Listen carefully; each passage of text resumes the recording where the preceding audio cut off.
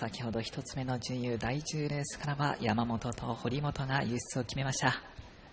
競争水面上、続いては2つ目の準優です。第11レース、出走メンバーは1号艇後藤孝義、2号艇小野優作、3号艇柳田秀明、4号艇松下和也、5号艇下田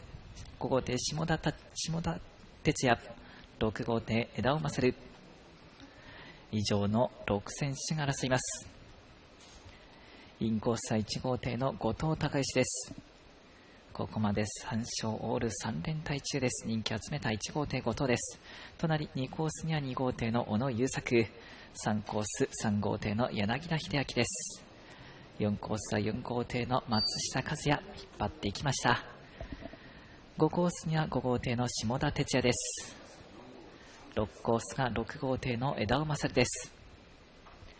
第3レースで今節初勝利を挙げたのは6号艇の枝尾です。枠番通りの3対3と分かれました。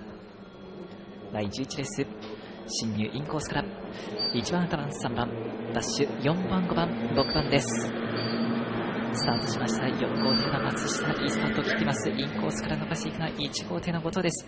1周1マーク、4号艇の松下、マークに行きます。粘る1号艇の後藤、6号艇の枝尾、間から抜けるバックストレッチ、2号艇の小野が左打ち、4号艇の松下、6号艇の枝を左打ちから伸ばしてくるのは2号艇の小野です。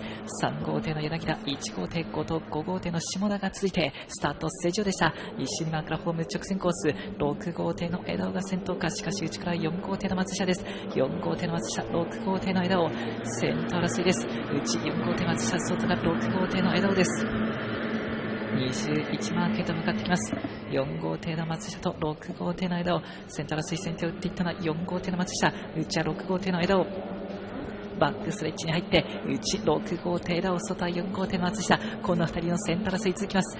3番手が2号艇の小野優作です。その後ろが3号艇の柳田、1号艇の後藤、5号艇の下田が最後方です。2周2番からホーム直線コース、6号艇の枝尾が先頭、4号艇の松下を3停進4停進と振り切っています。6号艇枝尾、4号艇の松下、先頭となってレースこれから最終周回に入ります。単独の3番手が2号艇の小野優作です。最終周回マーク、6号艇の枝尾が先頭争いと切っていますが、内から4号艇の松下、最後のバックストレッチ、定間差を詰めようとしますが、4停進から5停進リードを取っています。6号艇の枝尾です。4号艇の松下2番手、3番手が2号艇の小野優作です。その後ろが3号艇の柳田、1号艇の後藤、5号艇の下田。ラストターンマークの旋回、6号艇の枝尾、そして4号艇の松下、まもなくゴリです。先頭は6番の枝尾ゴリ、4番松下、2番の小野ゴリ、3番の柳田、1番の後藤、ラストは5番の下田ゴリ。